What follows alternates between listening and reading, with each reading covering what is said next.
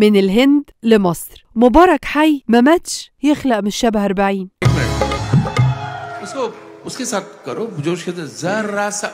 من عرش مصر لملحن في لجنة غناء في الهند اللي قال يخلق مش شبه 40 ما كذبش. نشر صورته هو والرئيس مبارك وكتب عليها أنا ترند مصر. شبيه الرئيس مبارك المغني والملحن الهندي أبهجيت اللي قلب السوشيال ميديا في مصر وبقى ترند مواقع التواصل الاجتماعي بسبب فيديو انتشر ليه وهو بيغني في برنامج انديا ايدل، واللي كان بيعلم بنت من المتسابقين فيه طريقة الغنى الصح للأغنية. أبهجيت يعتبر عضو في لجنة التحكيم، والفيديو اللي انتشر ليه كان لابس نظارة سوداء وكان بيغني مع إحدى المتسابقات، وبين قد إيه الشبه كبير جدا بينه وبين الرئيس مبارك، وده اللي خلى مصر كلها تتكلم عنه وتنشر فيديوهاته، واسمه يبقى من أعلى الأسماء في مؤشرات البحث في جوجل. الفنان الهندي أصحابه بلغوه والصحف والقنوات بدأت تكلمه عشان تعمل معاه حوار، وساعتها نشر صور ليه مع صور للرئيس مبارك على حسابه الرسمي في الانستجرام وعلق عليها وقال أنا ترند مصر. وبعد ما استضافته قناة العربية وسكاي نيوز قال أهلي وأبنائي وأصدقائي لما عرفوا عن شهرتي في مصر اتفاجئوا وقعدوا يهتفوا باسم محمد صلاح وده لشهرته هناك ولحبهم ليه كرمز مصري، وقالوا لي نفسنا نشوفك معاه، وأنا كمان نفسي وحلمي أشارك المسرح مع محمد صلاح لما سافر لمصر، ولو أراد الشعب المصري إني أغني هغني له أغنيتي وباللغة العربية. الفنان الهندي قال إنه سعيد جدا بشهرته في مصر والشبه الكبير جدا بينه وبين الرئيس مبارك. أبهجيت باتشاريا مغني وملحن هندي مشهور، اتولد في الهند في مدينة كامبور وليه كتير من الأغاني والمسلسلات والأفلام الهندي المشهورة، ده غير إنه غنى بلغات كتيرة ومختلفة زي البنغالية والمارسية والكندية، ده غير لغته الأم اللغة الهندية. أبهجيت ممكن يكون القدر والصدفة هما اللي شهروه بالرغم إنه واحد من أقدم المطربين في الهند، لكن شهرته في مصر والوطن العربي وصلت لدرجة إنه بقى ترند وفيه هاشتاج باسمه طول الأسبوعين اللي فاتوا، واسمه بقى الأعلى بحثا في مؤشرات البحث، وده اللي خلاه يقرر إنه ينزل لمصر ويقابل شعبها وجمهوره اللي وصلوا للدرجة دي من الشهرة. في النهاية مستنيين نشوف آرائكم وتعليقاتكم، وما تنسوش اللايك واعملوا فولو لصفحتنا على الفيسبوك واشتراك على قناتنا في اليوتيوب.